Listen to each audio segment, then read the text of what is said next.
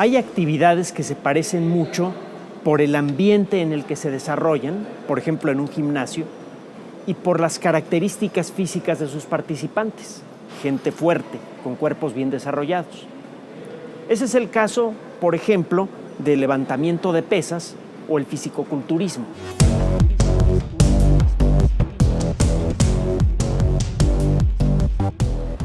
Es curioso, pero a veces existen más diferencias entre similares que entre opuestos. En el caso de actividades aparentemente similares, como el fisicoculturismo y el levantamiento de pesas, las diferencias son vastísimas en prácticamente cualquier aspecto que usted quiera mencionar. Por ejemplo, la perspectiva del entrenamiento, el tipo de alimentación, incluso a nivel molecular y celular, los músculos son fundamentalmente diferentes. Para desarrollar músculos capaces de levantar un gran peso de manera regular, es necesario un entrenamiento que le permita a estos músculos contraerse con fuerza sin desgarrarse. Esto requiere de una atención especial del entrenador e incluso con alguna frecuencia de tomar muestras de sangre o muestras de orina para ver cómo está funcionando la maquinaria molecular del cuerpo del atleta. En el caso del fisicoculturismo, lo que se busca no es desarrollar la potencia de los músculos, la capacidad para levantar grandes pesos, sino que lo que se busca es hacer que las fibras musculares individuales se hinchen para que los músculos se marquen mucho. El problema de estos músculos con fibras musculares gruesas es que se pueden desgarrar con facilidad. Por eso frecuentemente los fisicoculturistas sufren desgarres, a pesar de no estar sometidos a los mismos esfuerzos intensos y repetidos que un levantador de pesas. Existe también un elemento de presentar la belleza del cuerpo humano cuando realiza una actividad, una perspectiva que existe desde la Grecia antigua. La perspectiva estética del fisicoculturismo es diferente, es más exagerada. De alguna manera resulta más natural la belleza de un atleta olímpico que la belleza exagerada de un fisicoculturista.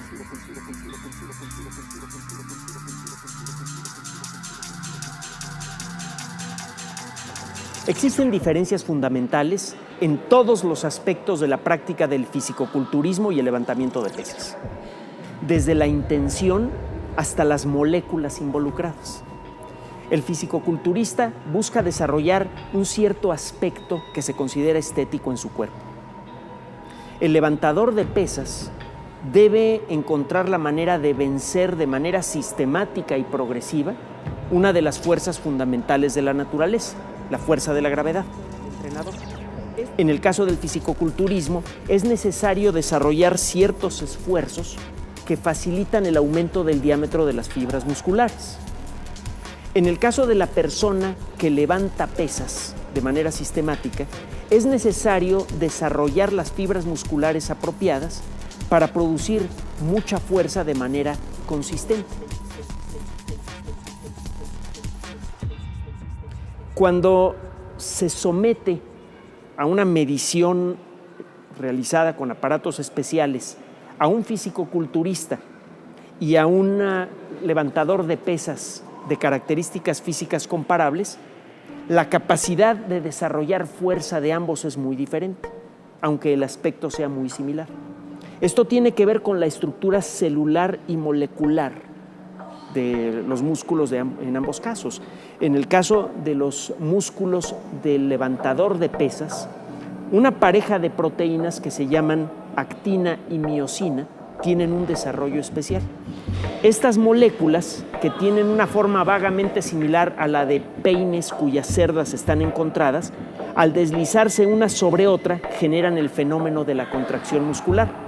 Mientras más fibras de este tipo existen, más fuerza tendrá el músculo para generar una contracción importante y sostenida. La cantidad y calidad de las fibras de actina y miosina en los músculos de un levantador de pesas y de un fisicoculturista es muy diferente. El proceso para desarrollarlas es diferente también. La construcción de estas proteínas es un proceso lento, no son proteínas que se puedan fabricar con facilidad.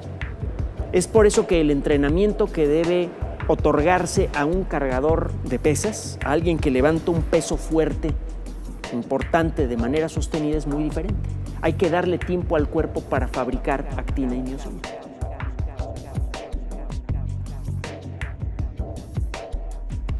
El examen molecular de la sangre de un atleta que acaba de terminar una competencia de levantamiento de pesas y de una persona que practica el fisicoculturismo y acaba de terminar una competencia, revela diferencias importantes entre ambos.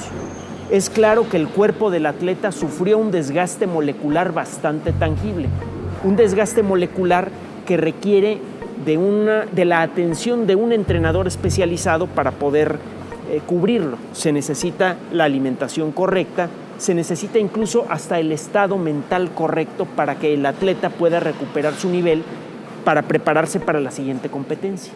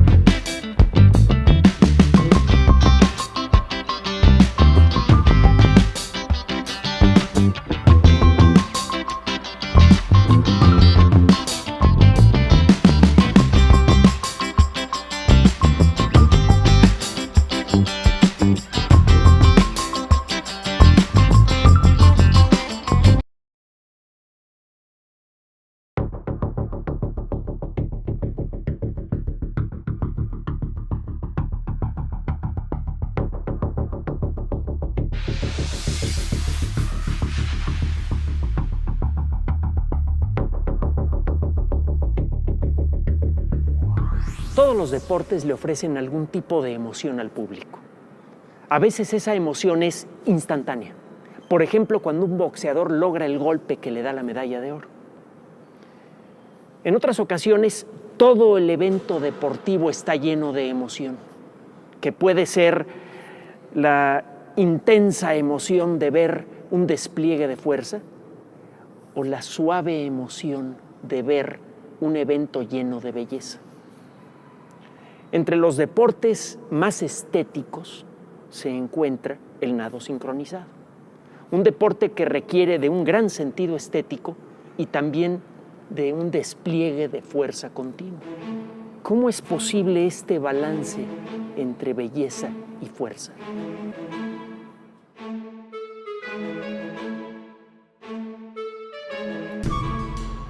Las cualidades físicas del cuerpo humano son exigidas al máximo en los deportes olímpicos. A veces una de esas cualidades es exigida de una manera especial. Por ejemplo, la fuerza de los músculos en el caso de una persona que carga pesas o que se dedica a la lucha grecorromana. En otros casos es la agilidad, un futbolista, por ejemplo. En otros casos son los movimientos certeros de precisión, un arquero. En algunos deportes es necesario realizar un tipo peculiar de ejercicios tan diferente a lo que normalmente ha hecho el cuerpo humano en sus más de 200,000 años de historia, que requiere de un entrenamiento único.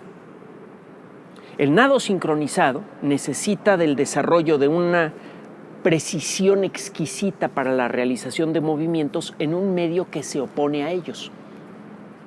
Se necesita para poder crear y mantener las delicadas y precisas figuras del nado sincronizado, no solamente la capacidad para moverse en forma precisa, sino para mantener momento a momento esas figuras que desarrolla el cuerpo humano con fuerza. Para esto es necesario que los músculos de brazos, piernas, por ejemplo, trabajen uno en contra del otro. Gracias a esta tensión controlada entre músculos que realizan labores opuestas, el que extiende un brazo y el que sirve para cerrarlo, es que el deportista puede mover con precisión y al mismo tiempo con la fuerza necesaria las piernas y los brazos debajo del agua. Este entrenamiento involucra movimientos que prácticamente ningún ser humano en el pasado había tenido que hacer cuando menos no con tanta precisión y durante tanto tiempo. Y esto involucra entrenar no solamente a los músculos del atleta, sino también a su sistema nervioso. El cerebro tiene que aprender a enviar las precisas y continuas señales necesarias a los músculos para que estos se pongan en la tensión correcta y la vayan liberando de la manera correcta para la realización de estos movimientos. El nado sincronizado, en ese sentido, es uno de los deportes que más exige de los músculos y del sistema nervioso de la persona que los practica.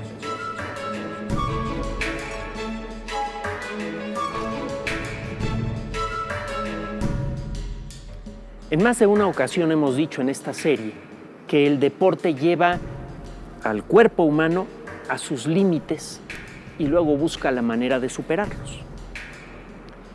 Nuestro cerebro tiene una serie de elementos que se encuentran principalmente en el centro, que integran la información de nuestros ojos, de nuestros oídos, la sensación de tacto del entorno, para crear un mapa cerebral de todo lo que sucede en una esfera tridimensional alrededor de nosotros. Se llama el GPS cerebral. Nos permite calcular instintivamente en dónde se encuentran los objetos que vimos hace un momento en el suelo para no tropezarnos con ellos, por ejemplo. Durante casi toda la historia de la civilización y de la humanidad, la gente tuvo que utilizar su sistema GPS cerebral para manejarse en dos dimensiones. Prácticamente todas las actividades de todas las personas, con muy pocas excepciones, ocurren con los pies en el suelo. Es necesario tener un sentido tridimensional del ambiente para poder lanzar una flecha hacia su blanco y poder llevar algo de comida a la casa. Pero el cuerpo de la persona que lanza esa flecha está pegado al suelo. Es solo hasta el siglo XX en el que algunas personas han tenido que realizar actividades importantes, a veces por un intervalo de tiempo muy largo, en tres dimensiones. Por ejemplo, los astronautas en la Estación Espacial Internacional. Por ejemplo, un paracaidista. Probablemente el caso más extremo del uso del sistema GPS cerebral de una manera creativa es el del nado sincronizado. Desde el descubrimiento de este sistema neurológico hace pocos años, un descubrimiento que por cierto le valió el premio Nobel a sus autores, hemos aprendido a descubrir cuáles son sus verdaderos límites. A pesar de haber sido organizado por la evolución para funcionar en dos dimensiones, el sistema GPS cerebral funciona bien en tres. En el nado sincronizado, las personas que lo practican deben frecuentemente imaginarse como flotando en el espacio y deben realizar movimientos extraordinariamente precisos independientemente de la orientación de sus cuerpos. Algo para lo que el sistema GPS cerebral normalmente nunca había servido antes. Este sistema se puede entrenar para realizar funciones que no existieron en toda la historia de la humanidad sino hasta hace poco. Esto da una idea de la enorme flexibilidad de nuestro cuerpo y por otro lado también da una idea de cómo el deporte organizado puede realmente romper los límites de nuestro propio cuerpo para buscar los nuevos límites que nos plantea el siglo XXI. Algunos deportes olímpicos son muy antiguos. La lucha grecorromana, el lanzamiento de jabalina, existen desde la antigua era de las Olimpiadas. Otros deportes son muy jóvenes, como el nado sincronizado. Todavía viven y están perfectamente sanas muchas personas que practicaron ese deporte a nivel olímpico por primera vez.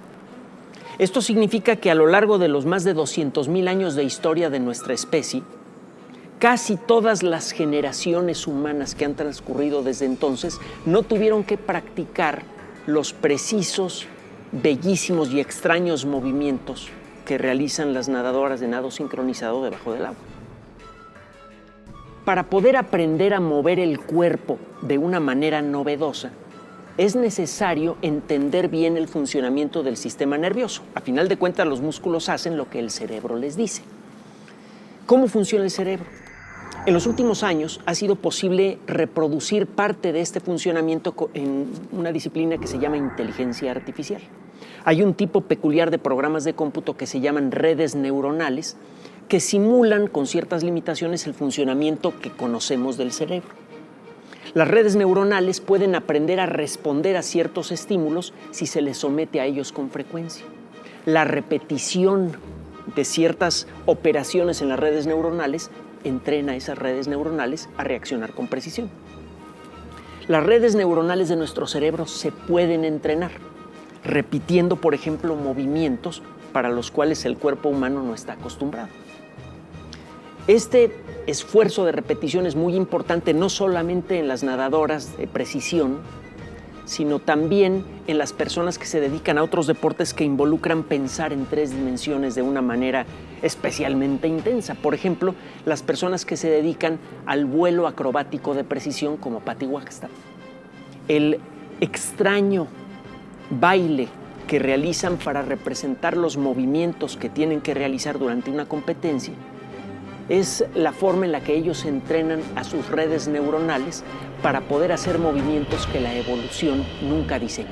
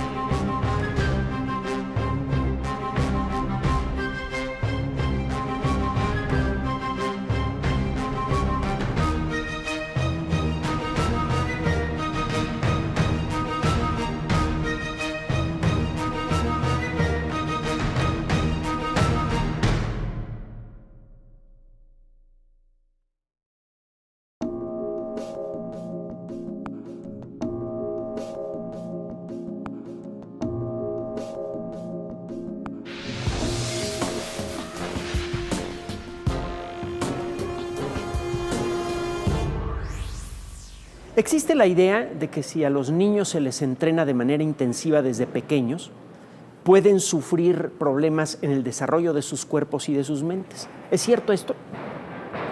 La realidad es que con un entrenamiento apropiado, un entrenamiento profesional, su cuerpo y su mente se desarrollan de manera armónica, mucho mejor que el de una persona que no practica deporte. Para convertirse en un atleta olímpico en cualquier disciplina, es necesario desarrollar al máximo mente y cuerpo. Algunas disciplinas requieren del desarrollo de alguna parte especial del cuerpo o de alguna habilidad especial. Por ejemplo, para una carrera de maratón. Hay disciplinas en donde es necesario desarrollar el cuerpo completo y en donde es necesario desarrollar ciertas habilidades específicas. Uno de los ejemplos más dramáticos, más completos, es el de la gimnasia. Es necesario desarrollar fuerza en todas las extremidades y en el centro del cuerpo, y es necesario además desarrollar un tipo de fuerza diferente al que necesita un levantador de pesas, por ejemplo. Es una fuerza que permite mantener una tensión controlada y precisa en todo momento. Por eso, los movimientos de un gimnasta de calidad olímpica son siempre fluidos, suaves, aunque detrás de ellos exista una gran cantidad de fuerza. Para poder convertirse en un gimnasta de primera línea, es necesario empezar desde muy joven. Y hay un problema con eso. Existen tejidos especiales en el cuerpo, por ejemplo, en la base de los huesos largos, durante nuestros primeros 20 años de vida más o menos, que trabajan rápidamente para crear nuevo hueso. En los músculos hay células especializadas que están creando nuevo músculo también. Eso es lo que permite el crecimiento rápido de nuestro cuerpo. Un entrenamiento mal planteado podría alterar de manera importante este proceso. El entrenador tiene entonces que resolver un acertijo importante.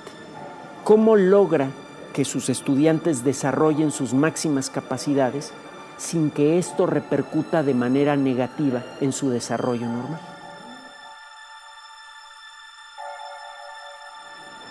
Cualquier deportista olímpico requiere de entrenamiento. pero es claro que el entrenamiento es diferente para cada caso. Todos los atletas olímpicos deben, por ejemplo, aprender a desarrollar fuerza con su cuerpo, pero la fuerza no se expresa siempre de la misma manera. No es lo mismo levantar un gran peso o dar un golpe certero para conseguir un knockout en una competencia de boxeo que el realizar los cuidadosos, precisos, suaves, elegantes movimientos de un gimnasta. Es necesario, obviamente, darle un entrenamiento diferente a cada deportista para conseguir resultados diferentes. En el caso de la gimnasia, uno de los factores que debe considerar el entrenador es el estilo de fuerza que desarrollan los músculos. La fuerza instantánea necesaria para levantar un gran peso o para lanzar un golpe preciso es diferente a la tensión continua entre músculos opuestos que existen en el cuerpo de un gimnasta. Frecuentemente, para realizar ciertos movimientos con mucha precisión, es necesario que músculos en partes opuestas, por ejemplo del brazo, se pongan en tensión.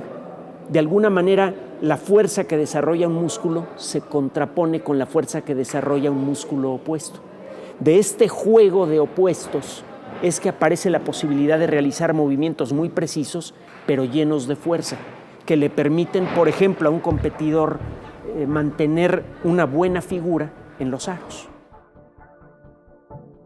Los músculos generan fuerza, a final de cuentas, gracias a la energía que encuentran en la sangre. En la sangre de cualquier persona circula oxígeno, que está atrapado en los glóbulos rojos, y glucosa. La glucosa, al igual que la gasolina de un automóvil, se quema en contacto con el oxígeno y libera energía. Hay todo un largo proceso molecular que se llama fosforilación oxidativa. Este complejo proceso molecular es el que permite que las células tomen energía de los alimentos. Y obviamente, si un atleta está utilizando mucha energía, esto tendrá alguna repercusión en el balance molecular de su sangre.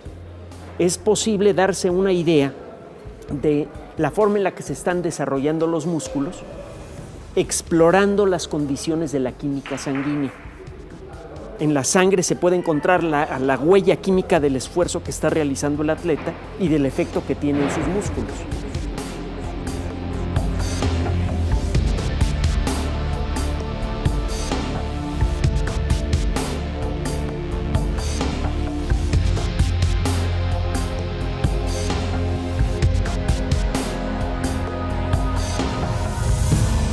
En una competencia olímpica participa el cuerpo y la mente de cada competidor. A final de cuentas, cuerpo y mente son la misma cosa y es necesario entrenarlos de la manera apropiada. El tipo de entrenamiento físico que necesita un gimnasta claramente es diferente al que necesita alguien que va a levantar pesas. Y lo mismo ocurre con su mente. La persona que se dedica a la gimnasia debe realizar movimientos precisos, a veces muy lentos, a veces muy rápidos y siempre llenos de fuerza.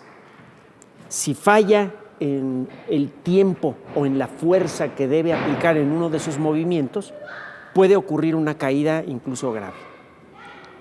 Un entrenamiento completo en el mundo de la gimnasia involucra por una parte el desarrollo armónico del sistema musculoesquelético y también el desarrollar el tipo de perspectivas, de instintos de un bailarín profesional.